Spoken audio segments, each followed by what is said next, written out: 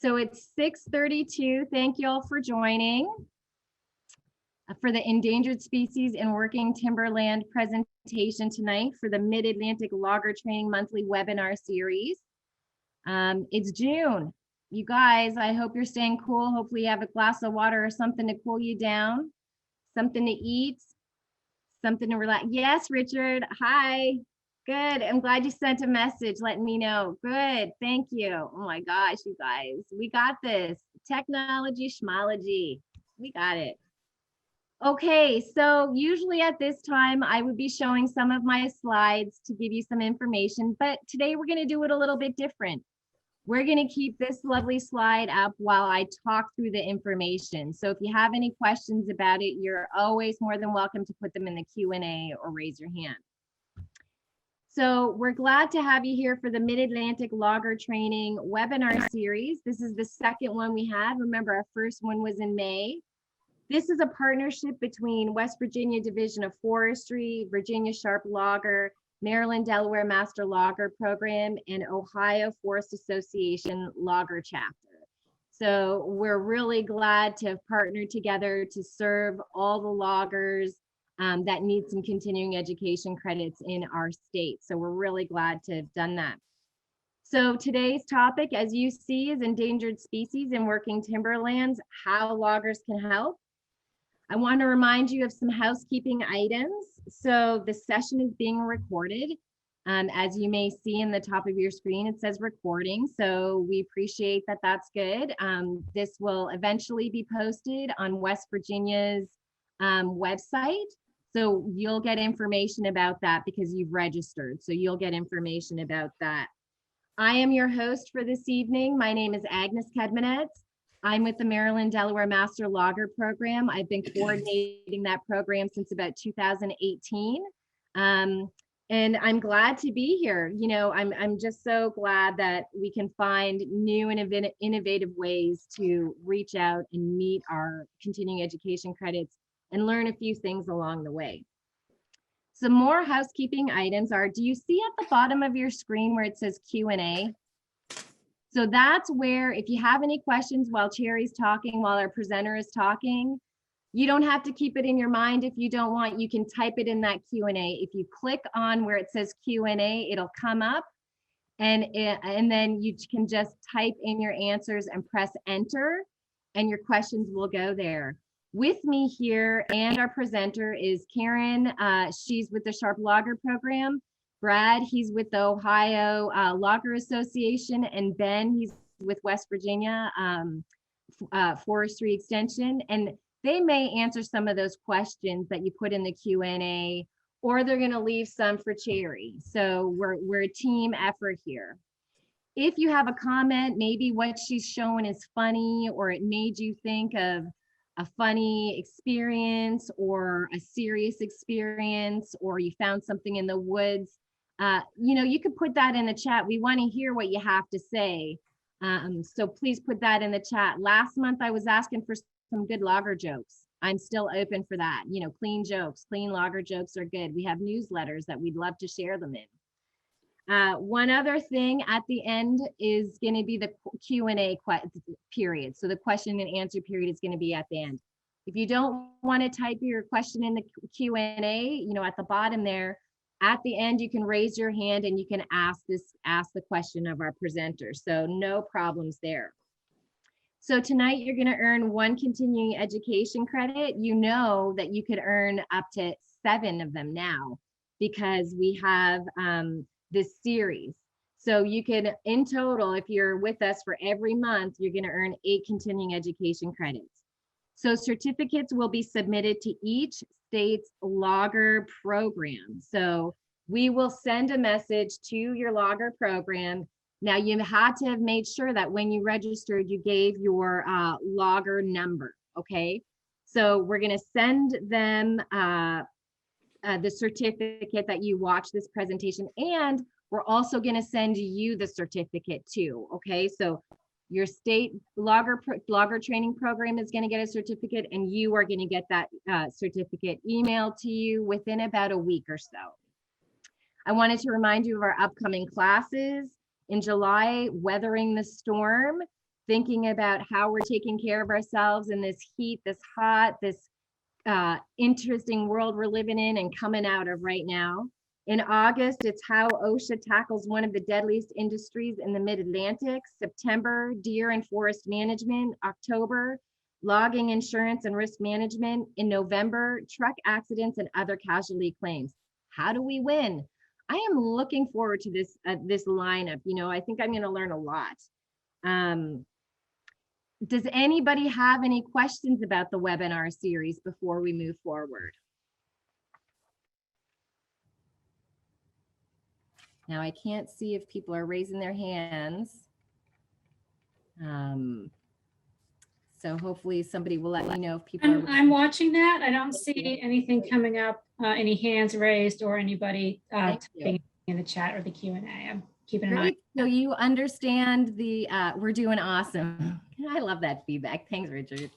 Okay, great. So without further ado, our Endangered Species and Working Timberlands is about the Mid-Atlantic region, shares 24 to 80 federally listed endangered species. The U.S. Fish and Wildlife Service will talk about some of these forest dweller habitat needs and the common themes and the protection guidelines among the species in these 4 states and how loggers can play a role in protection. Our speaker today is Cherry Keller. I'm so glad she could join us. She is a senior endangered species biologist for the U.S. Fish and Wildlife Service in the Chesapeake Bay Field Office here in Maryland, Annapolis. I'm in Maryland today. She has been working with endangered species for over 20 years. Most recently, she worked with both private and state foresters in the conservation of the Delmarva fox squirrel. And thanks to many forestry professionals, private landowners, and naturalists, the species was delisted in 2015. Riparian forest species have also been a focus. So we're real excited to hear Cherry and learn from her experience and how we can help her and help the endangered species in the Mid-Atlantic area. So Cherry, I appreciate you being here. Thanks for joining us. You're a trooper. Well, thank you. I'm happy to be here today. I'm glad for the opportunity to talk to loggers, foresters, naturalists, as you mentioned in the intro, play an important role in endangered species recovery. So I'm glad to have the opportunity to talk to partners. Thank you. Thank you. All right. Yeah, so we're going to talk about endangered species on working landscapes where timber is harvested. My major goal, let's see if I can change this slide. Oh, let's see. I'm not able to change the slide. So we're not able to change the slide. Oh, there it goes. There it goes. I hope it's not this slow. My goal is to give you enough information that you are not like this critter and you are not a deer in the headlights when someone says the word endangered species. Let's see if I can. Okay. So what I want to cover today is sort of a history of why we have the Endangered Species Act, some of the basic sections and how the endangered species are listed, monitored, and eventually recovered, and then introduce you to a few of the species that inhabit working timberlands that you might encounter and where timber is actually a big part of how they can be helped. Okay, so why do we have this Endangered Species Act? It's good to have just a little historical perspective.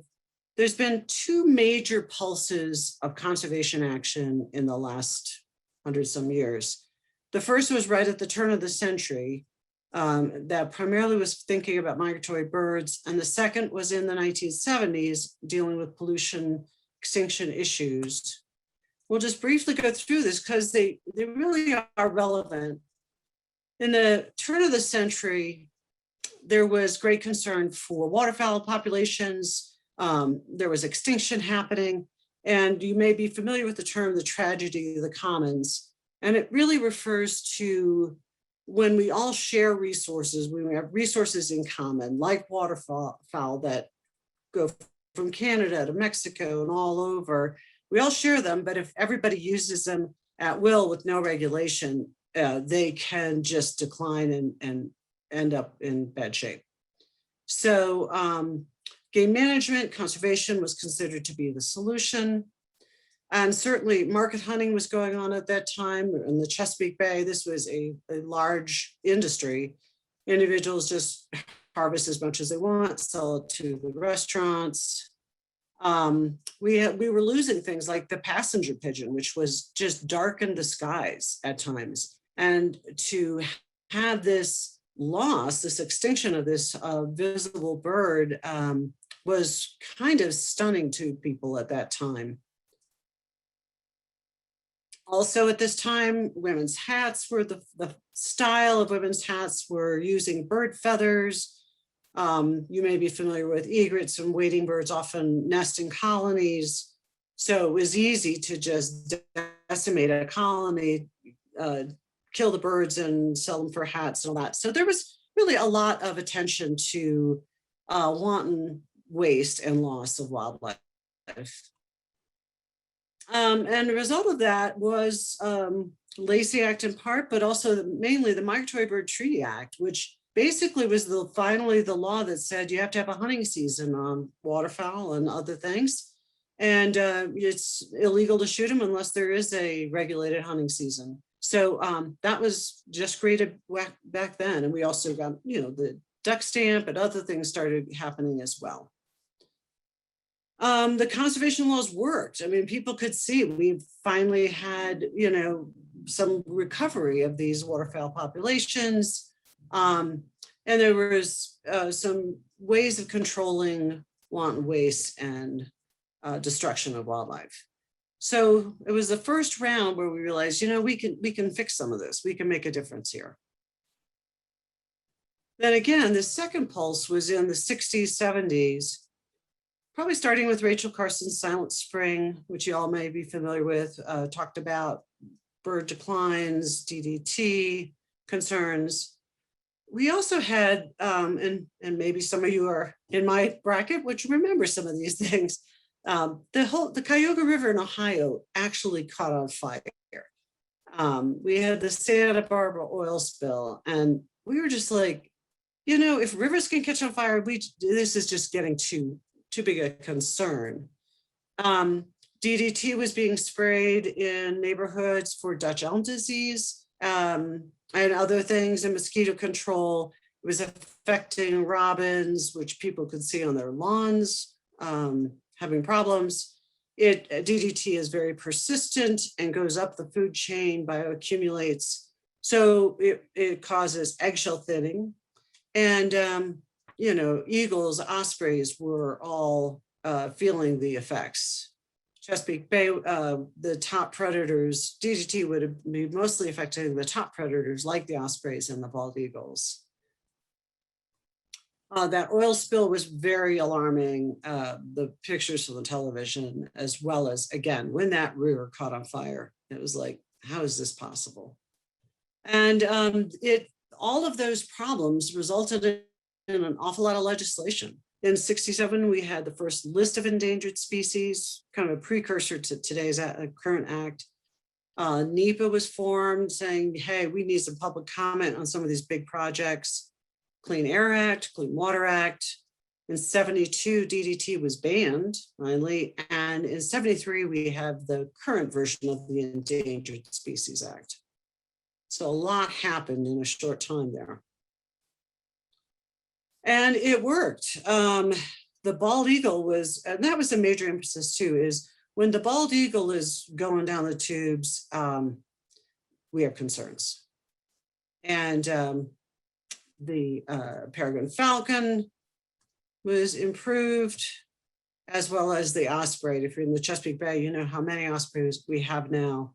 Well, it was not always like that. So we really made a difference. And I think these regulations helped us understand that we want to keep these animals on the landscape. So I'm going to tell you a little bit how the endangered species works now. I'll demonstrate this with our Delmarva fox squirrel, only found on the Delmarva Peninsula. But then we'll get into some other species as well. So the Endangered Species Act, the way this works is you start, the first piece is listing. So one of the questions is, how are species put onto the list? And that can happen through petitions from the public or the states. They send those petitions into the service saying, hey, you got a problem here, we got species declining. Or internally, the service can sometimes come up with determinations and we feel like we pose a species for review. There was this 1967 first list, and that's where like Delmarva fox squirrel, bald eagle, Indiana bat, all of these others were on that. So they kind of got started. That was our first list. And what happens then is the Fish and Wildlife Service evaluates this and determines if listing is warranted. We look at the population size, the distribution, the trends in the population, and the threats, and we're evaluating the risk of extinction. Because the Endangered Species Act, it is important to remember, is all about preventing extinction. It's not just, we put it on the list because we think we need to conserve it. It's not a general conservation act, it's preventing extinction. So that is the issue. If it's risk of extinction is visible now, it's classified as endangered. If risk of extinction is in the foreseeable future, it's considered threatened. So once it's on the list, we are involved with monitoring populations, and that takes a village because we form partnerships with states, and you'll see later too, just individual people who all can contribute to monitoring. We work on recovery actions. There's things that we can do proactively to help recover this population, like translocations, some habitat protection or management. And we also do consultations on projects that could harm the animal, and especially federal projects, because in the act, it states that other federal agencies need to consult with us in order to make sure that we don't have other people in the government, other agencies in the government harming the population while this arm of the government is trying to save them. So we have consultations with the Corps of Engineers or the Park Service or the Department of Defense. And then we also are obligated to evaluate our progress. We write recovery plans, and 5-year reviews are every 5 years. We need to check in. What's the status? Is this still the right listing for it? And that kind of thing. Okay, so Delmarva fox squirrel. It's this large squirrel that lives only in the immature forests of the Delmarva Peninsula. It is much larger than the gray squirrel, which is the gray squirrel's on the right. In fact, it's grayer than the gray squirrel.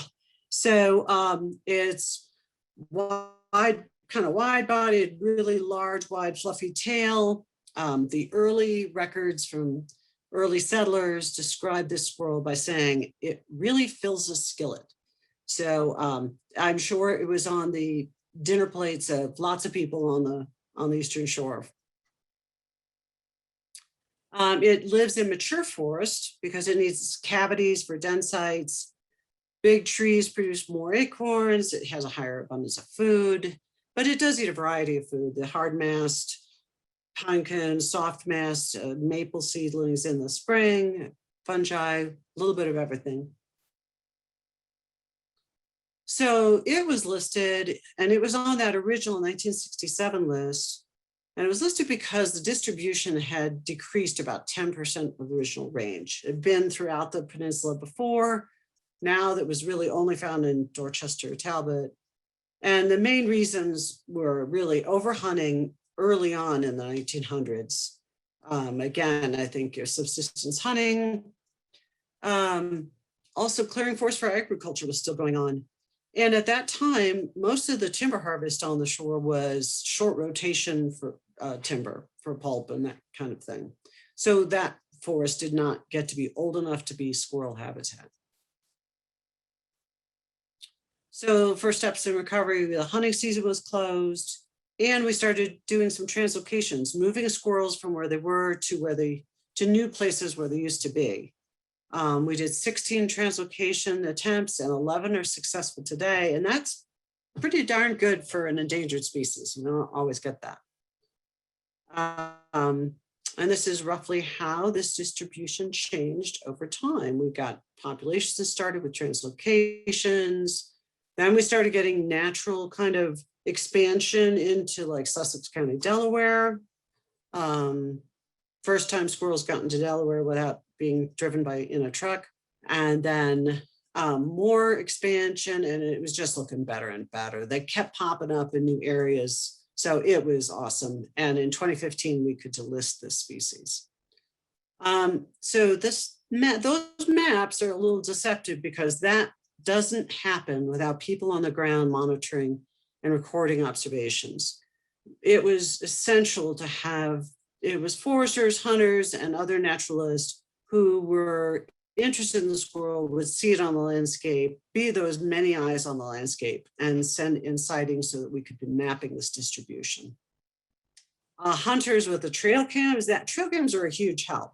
It was easier to monitor the squirrels, and then hunters were sending in pictures where the squirrels photobombing their picture of a sick deer.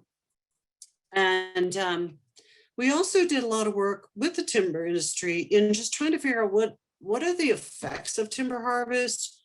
Is there ways we can do timber harvest in ways that keep squirrels on the landscape?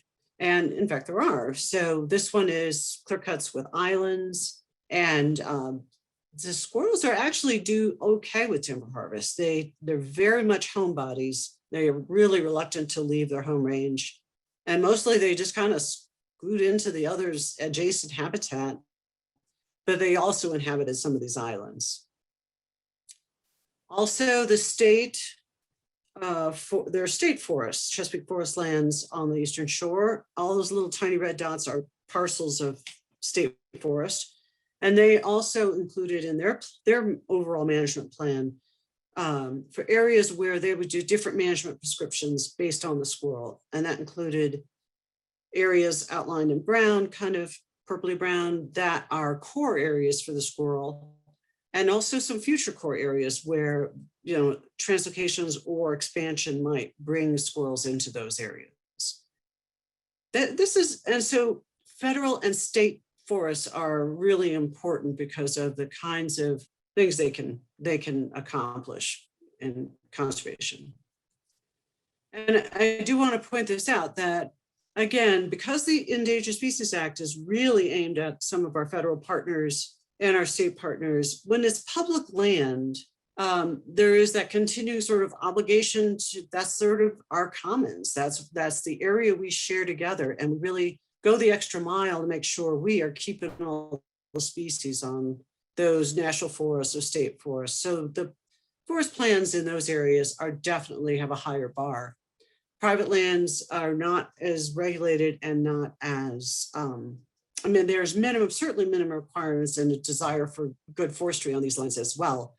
But you can expect that national forest plans and state forest plans will address endangered species.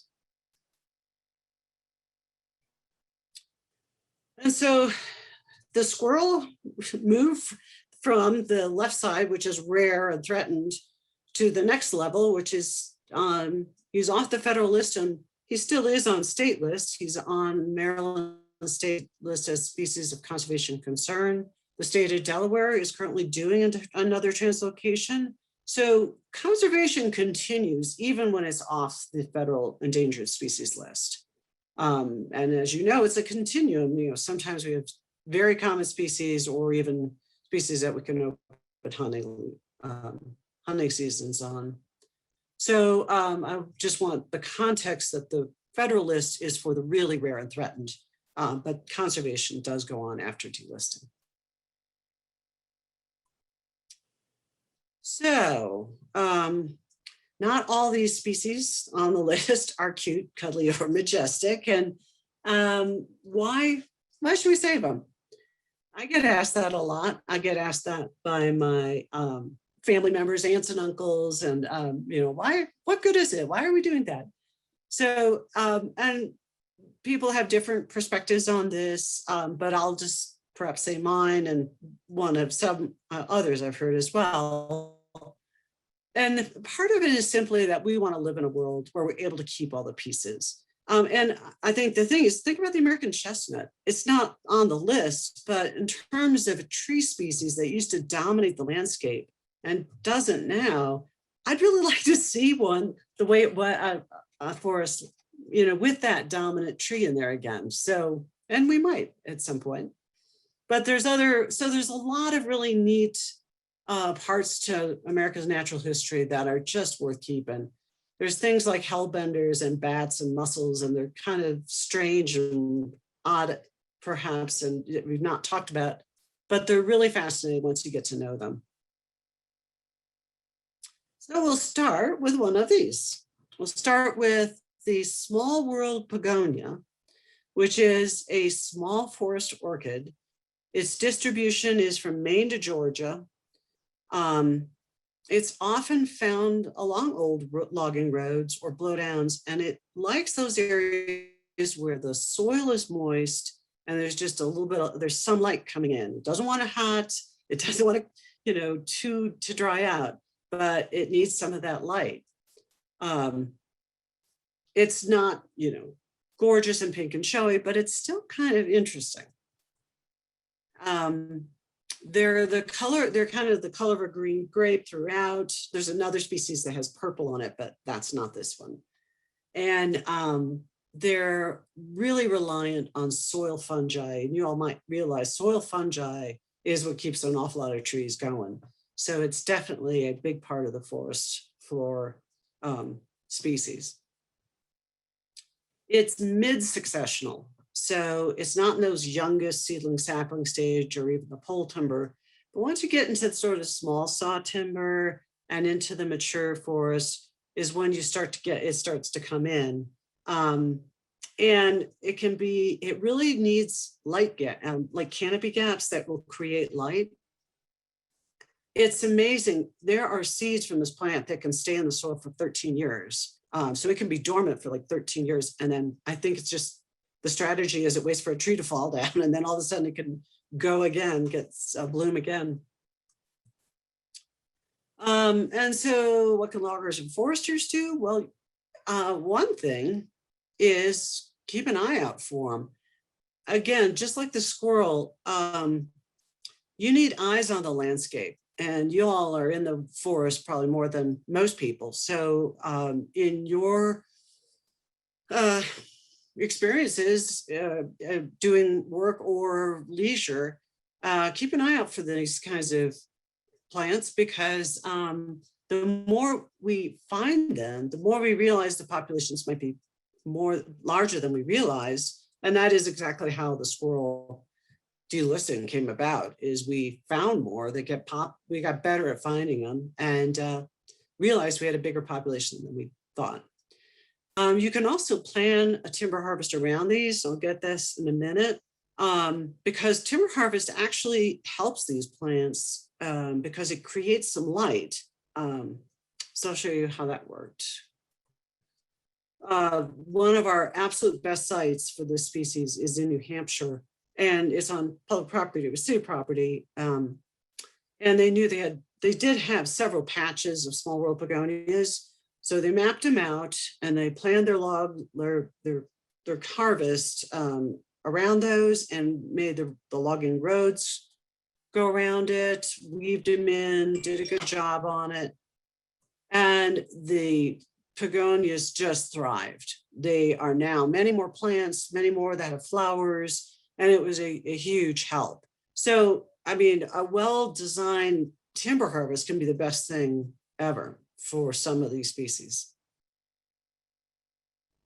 The evidence for this includes things like power line cut in New Hampshire, where number of plants really increased, that timber harvest I just told you about. In Virginia, just in one small site, one large, again, red maple fell over and the place just went crazy. Also, so many more plants.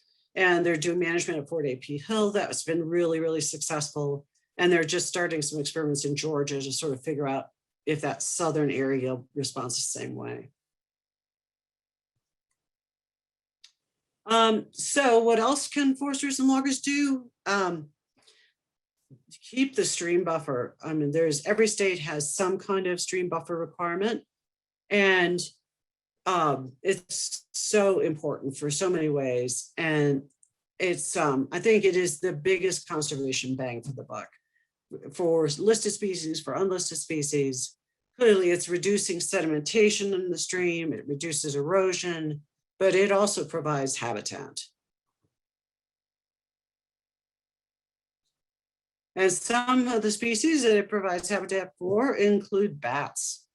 The first thing a bat does when he wakes up at the end of the day and goes out is he goes and gets a drink of water. So these water courses and streams with adjacent forests are really important.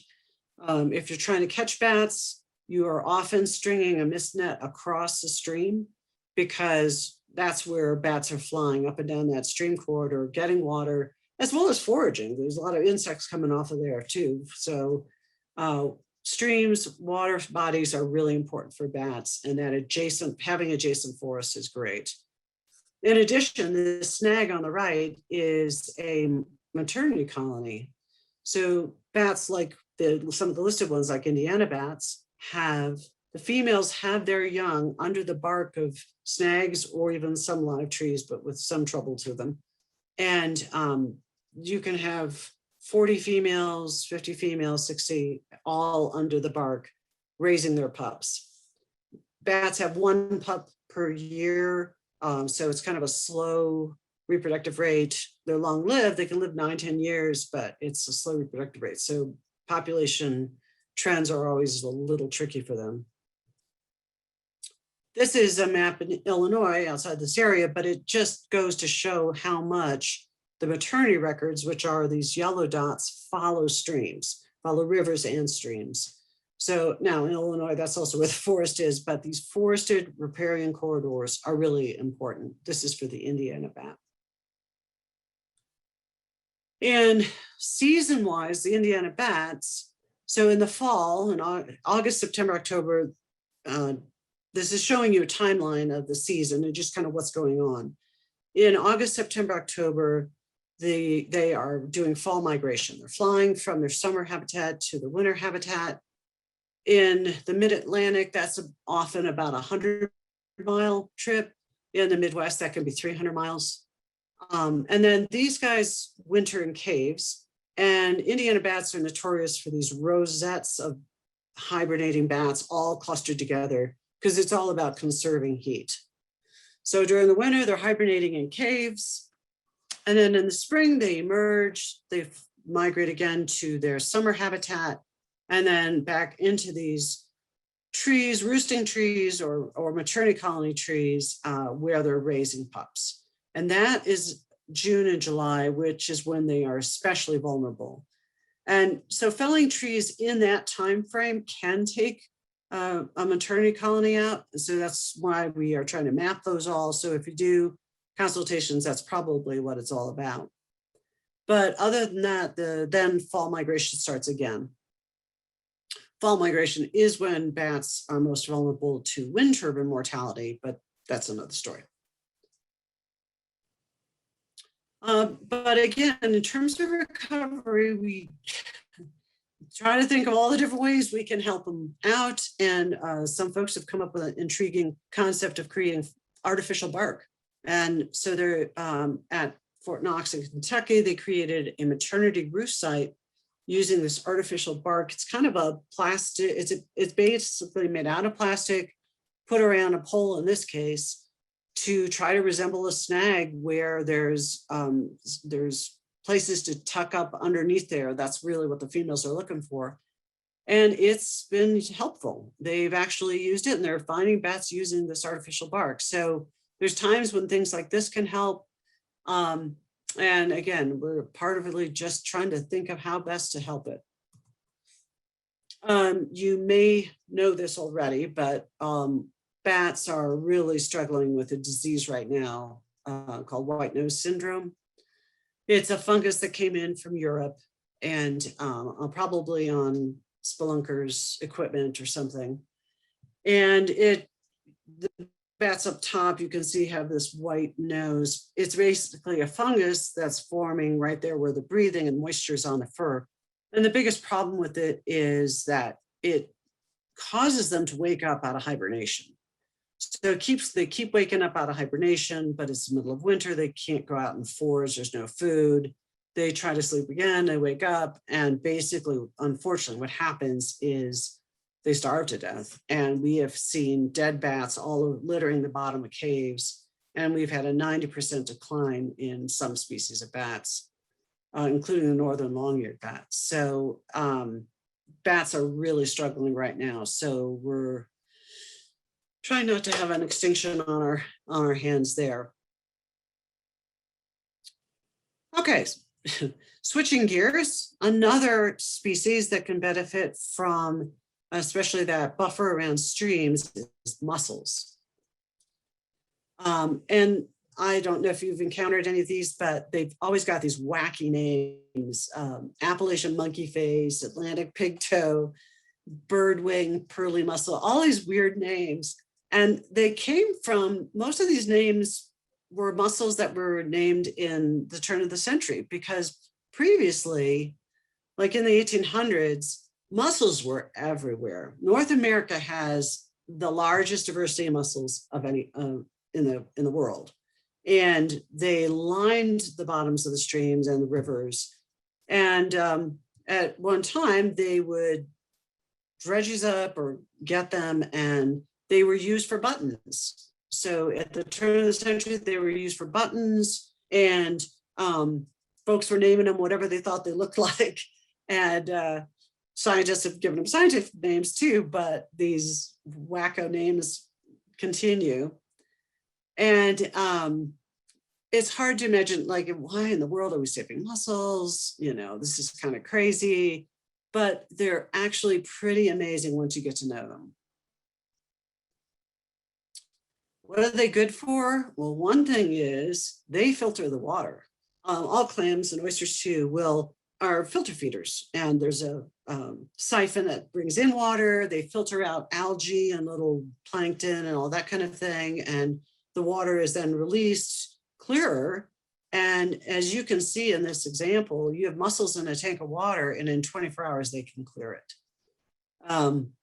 So they're definitely good at filtering water, but they are also very sensitive to toxins. So sometimes it's from mining activities, but there's been some pollution to streams that have made us lose some mussels too. And then you think of them as kind of boring little clams and all that kind of thing. And, you know, what can they do? They just kind of sit there at the bottom.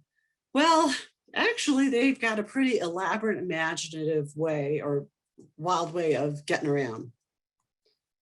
They hitch rides on fish. So this birdwing pearly mussel actually uses the greenside darter and a couple of other species, and especially kind of specializes on them. Excuse me. And what they do is the adult mussel down at the bottom of this diagram releases what are called glochidium. That's basically larvae. And the larvae attach to fish gills, the gills of the fish, nice, lots of oxygenated water to grow and all that. And then the fish travels around the streams, and then the juveniles drop off in a new location somewhere else. And that's how these mussel species are getting distributed amongst, you know, up and down streams and river systems. Now you can imagine dams and other things, if they stops their host fish, that stops the movement of that mussel as well. So dams have been a problem for mussels, pollution has been a problem for mussels, other things, but it's also just wild. So how does that mussel get those glochidia onto the fish?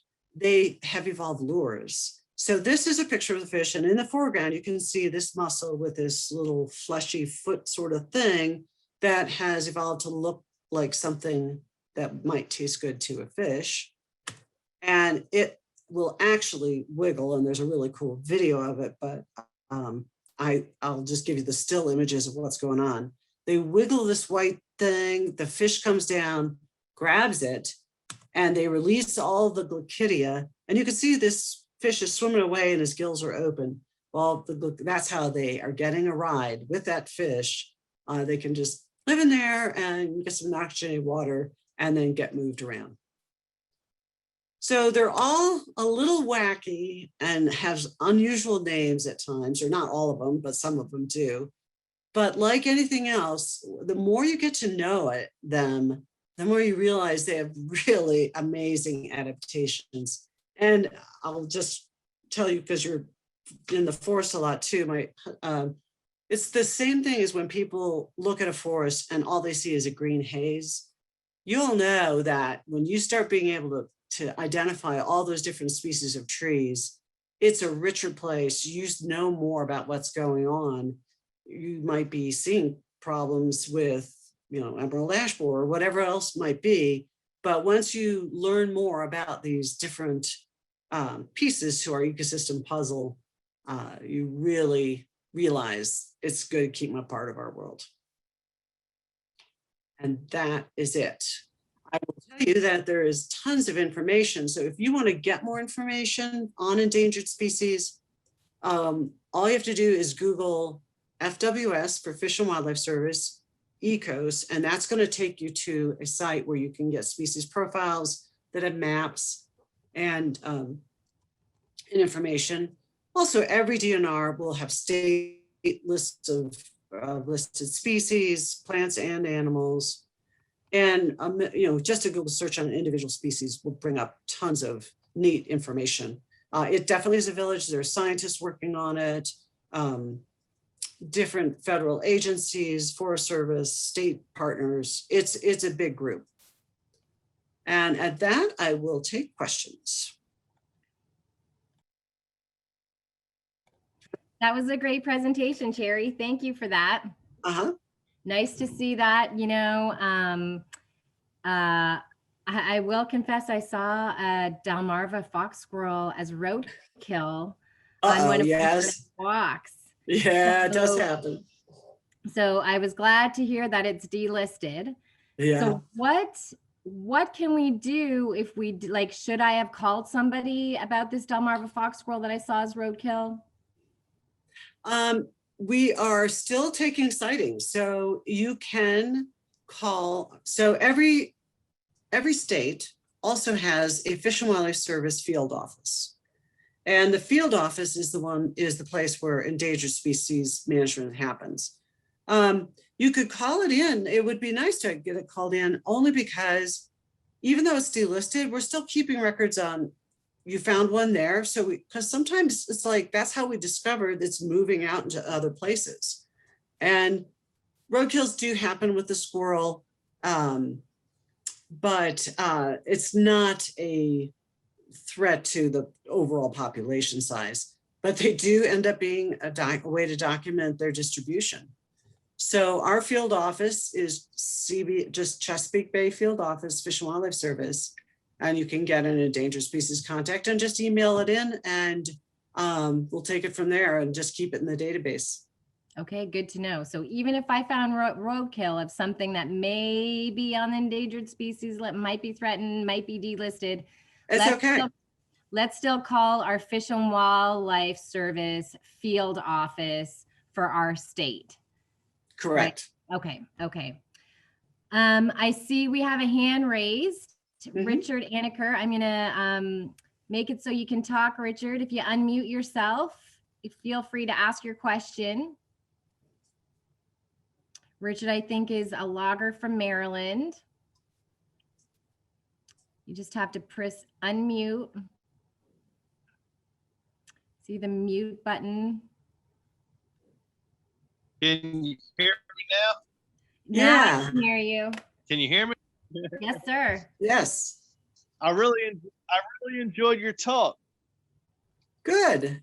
And I was out in California last week, and I get all the logging magazines and everything, and I see the pictures in there of the dead trees. from the beetles and stuff out there.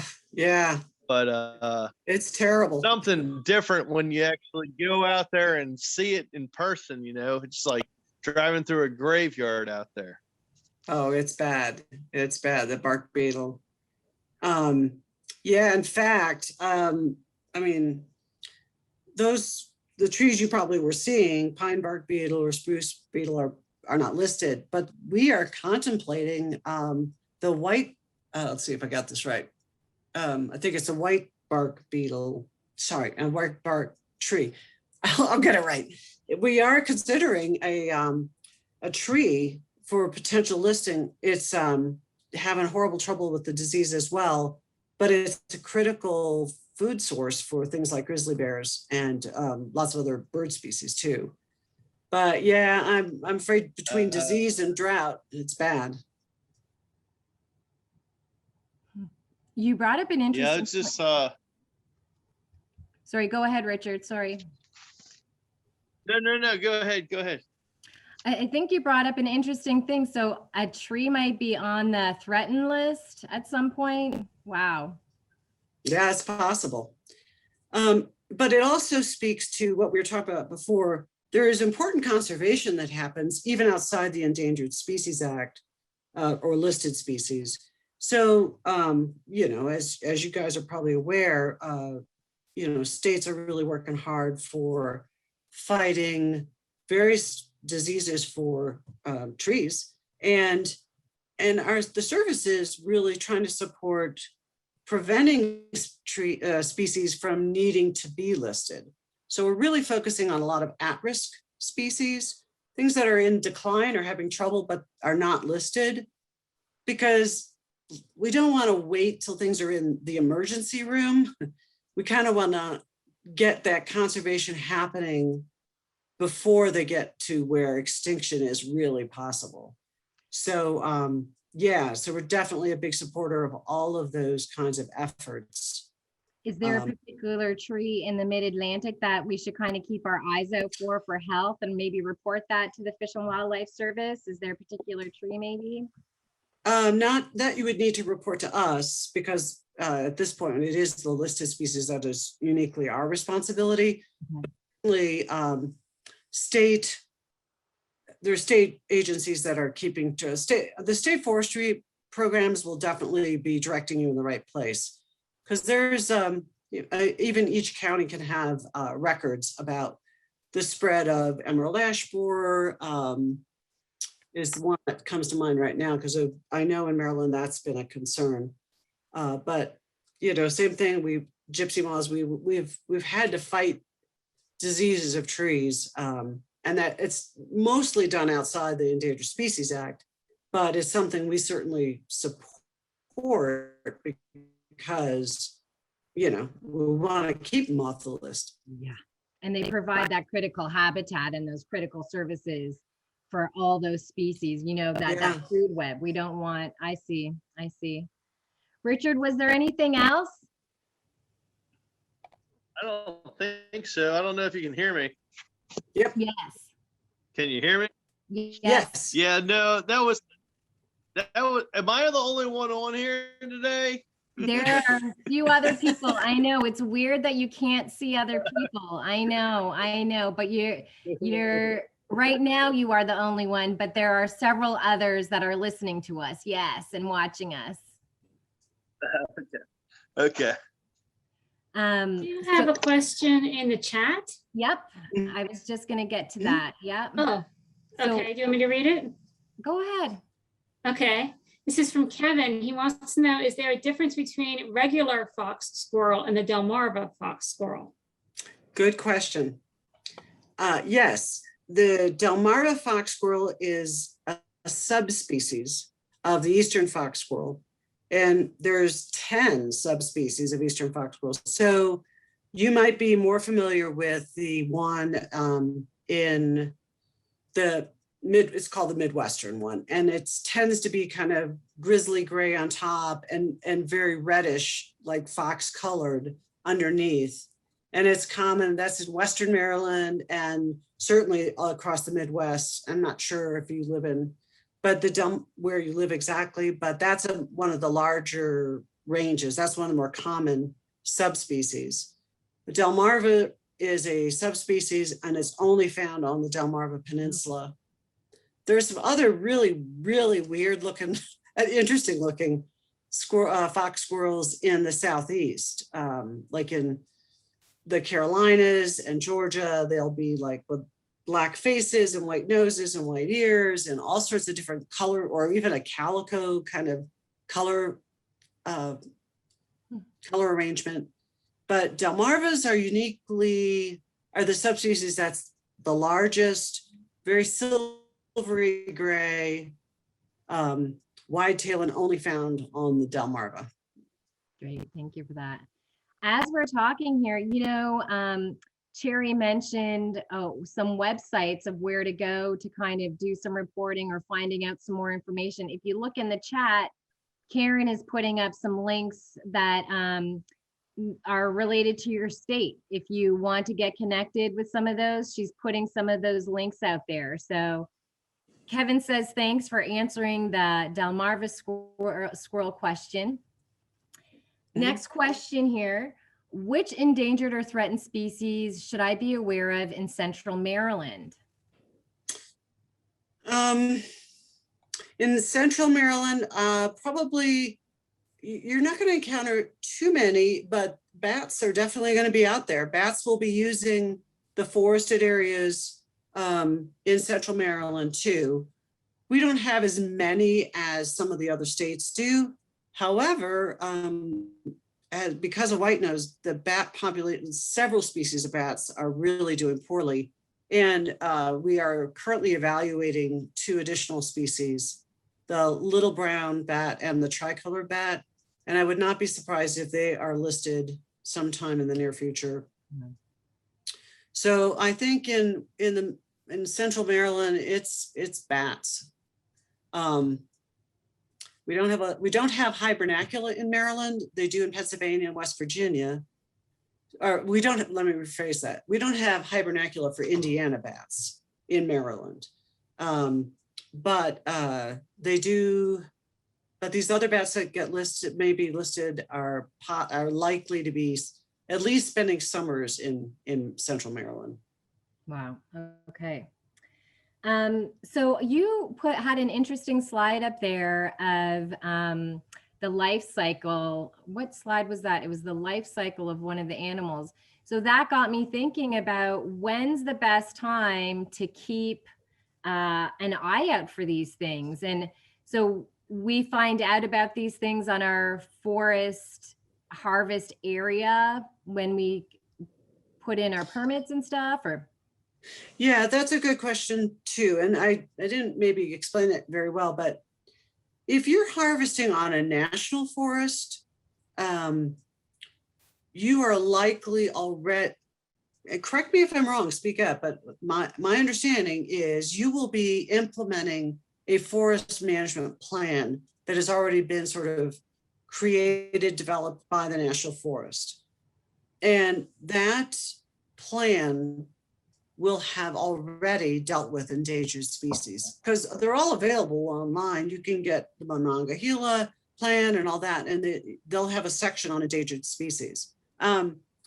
Same thing with most state forests is that they will have a large plan for the entire forest network.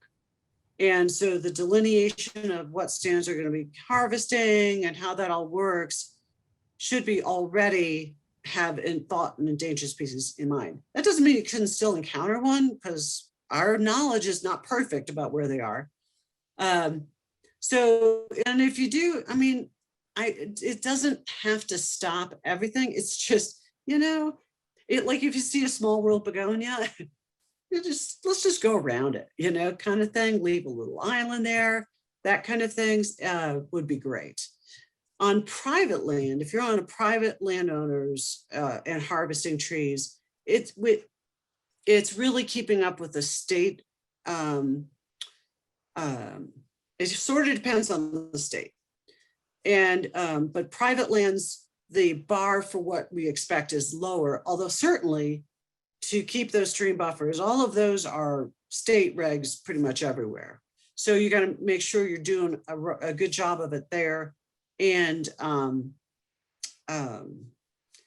mean, there's an awful lot of private citizens who also want to do a good job of doing a good timber harvest. So I think they would be open and willing to go around it if they found a plant, though they're not legally obligated. For plants, especially plants on it, endangered plants on private land really are not regulated.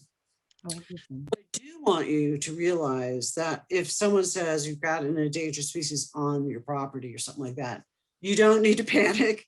It's a matter of like, well, how can we do what we need to do and still keep this thing going? And generally there's ways you can do that. Yeah, you gave me some This relief doesn't there. Yeah, you gave Pardon me some relief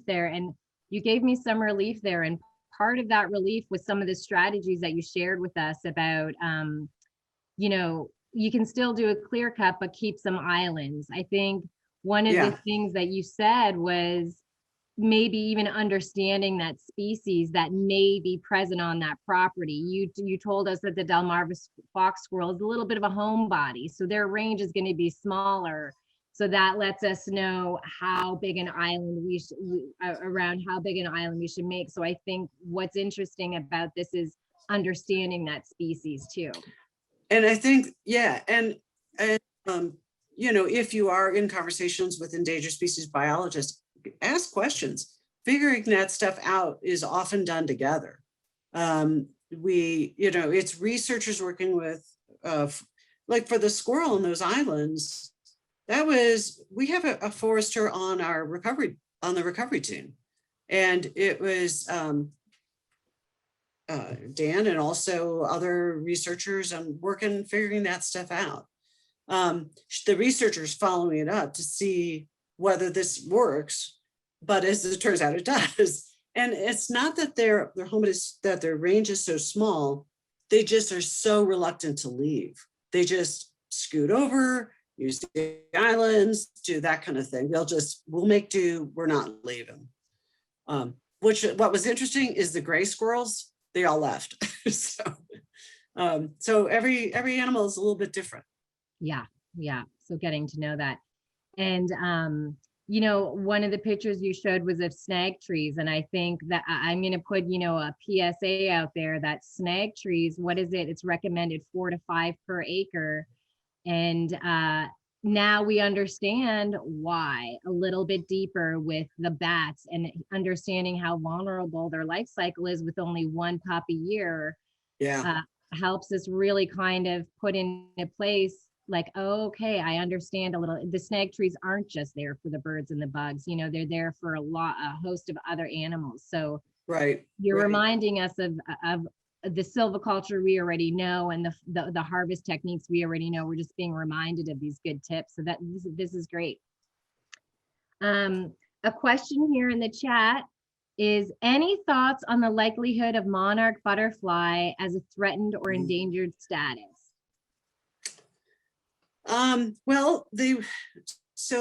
There's been a review that concluded that the listing is warranted, meaning major concerns about this species, but they precluded it, meaning for workload reasons, I think.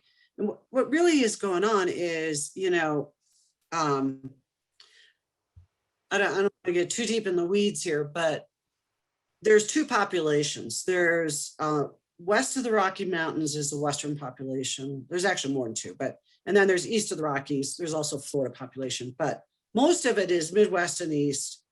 And then this Western population that tends to winter in California, all up and down the coast on the California sites. And the Midwest, all the big chunk in the East and Midwest goes to Mexico. The Western population is really, really going down. And I don't think we fully understand why. There's some of what's happening in both populations is bad weather during migration. I don't know whether the drought very well could be part of the issues as well. So I think it might, I don't know whether it will or not.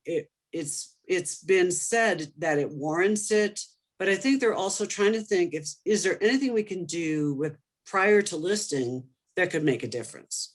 So I think that's the other aspect of this. So anyway, yeah, so I don't know for sure. I think they say it's probably justified. And I think they're looking for what can we do?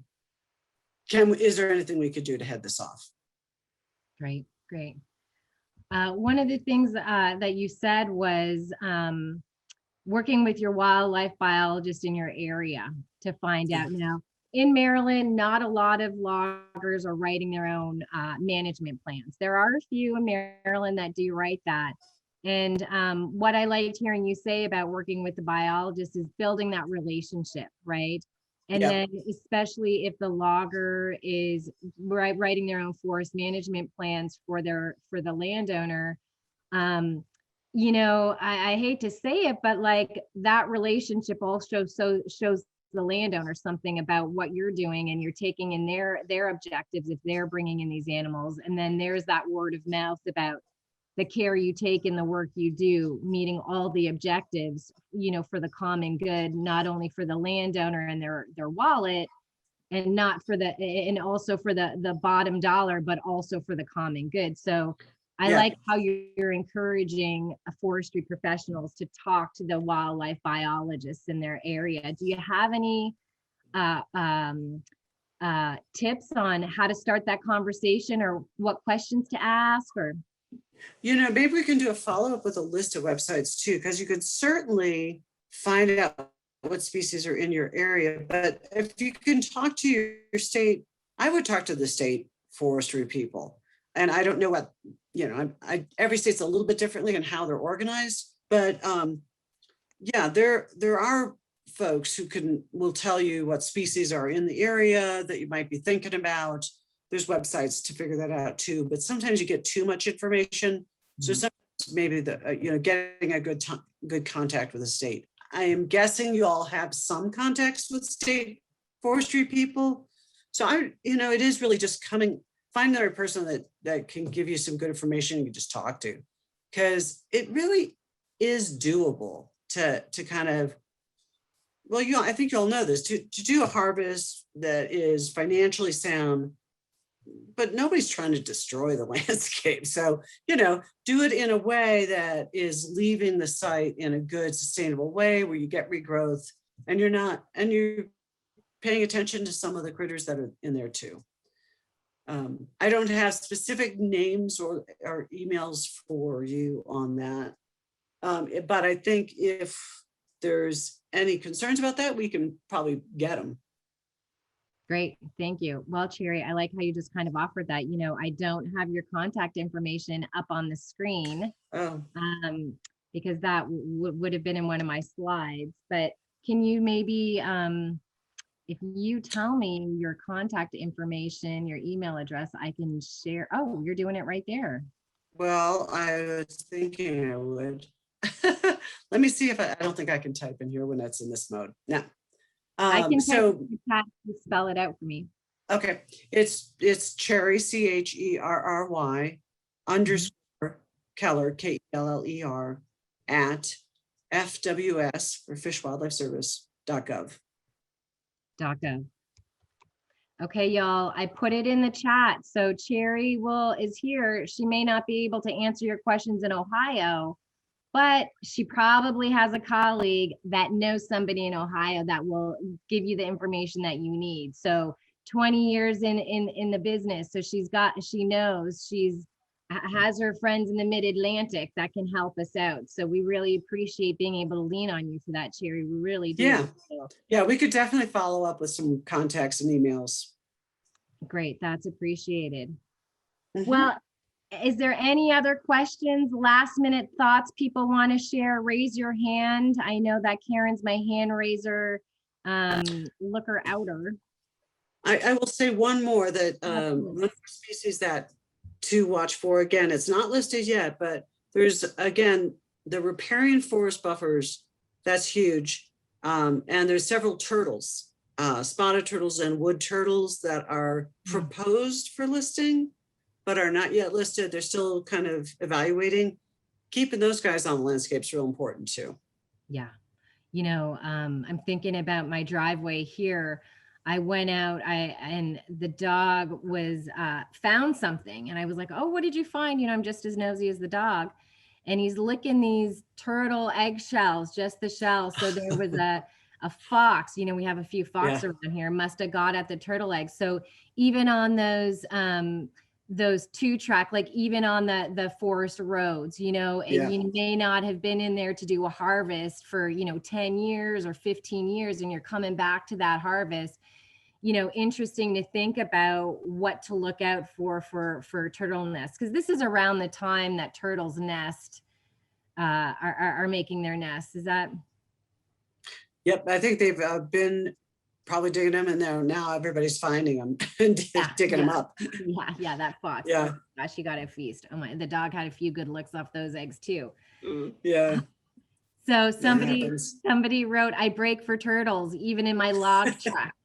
Good. As long as That's we're good. careful about it. As long as we're careful about it.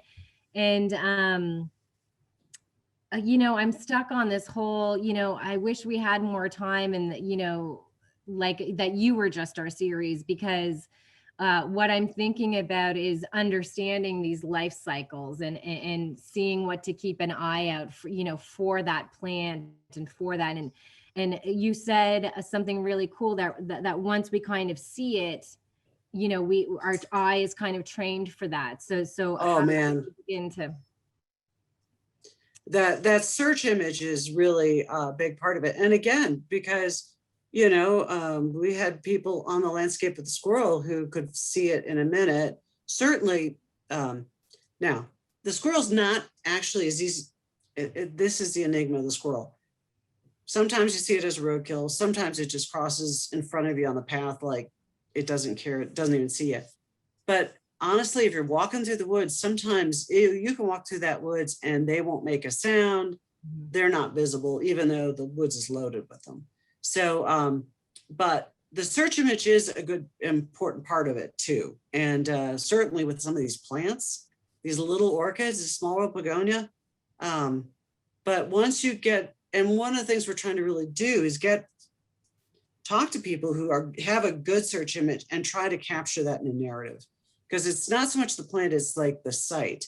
Like oftentimes it's on where the moisture's coming down a slope and there's a road, and that's kind of blocking the water. So you get this nice wet soil there, but you also have some light. So it's sharing how you spot them is definitely part of the challenge. Yeah, you know, and if anybody has any tips out there on how they spotted if they've spotted any threatened or endangered species.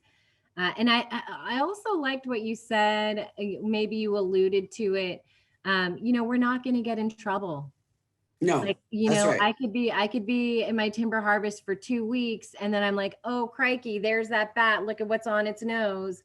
You know, we don't need to be scared to contact anybody about it, because we're not going to get in trouble, are we? If we've just done a timber harvest for 2 weeks and now there's an endangered or threatened species, are we going to get in trouble if we report? How would you know that? Yeah, no. You do your best to guess ahead of time. And if you're on national or state lands, that's definitely happened. On the private lands, you do your best to guess. The forester typically is doing that and looking at state databases and all that, but you can't know for sure. Yeah. So if you fell a tree and all of a sudden you realize, gosh, it was a bat Oh, maternity colony, call it in so people know. And sometimes there's things you can do. Sometimes you quick put up a bat box, have a place for them to go, that kind of thing. And that's not going to happen lots of the time, but I mean, you do what you can to kind of keep them, because you can't know everything ahead of time. right. You do your best guess. Good. Well, I like how we're wrapping it up here with, hey, talk to these people. We're not going to get in trouble for saying we saw an orchid and we ran over, you know, 10 of them 2 weeks before. So I like how you're inviting us to talk about these things with the people that need to know. So this is great. Yep. More eyes on the ground. Yes. That's what we need. Well, Cherry, I appreciate your time, and yes, it's been very interesting. We're getting some very interestings and some platitudes there for you. And I can't see the chat, but right. Yeah. And you're real good. You know, we got through the technical challenges and we're here. And you did it. You did Yeah. great. You did all great. right.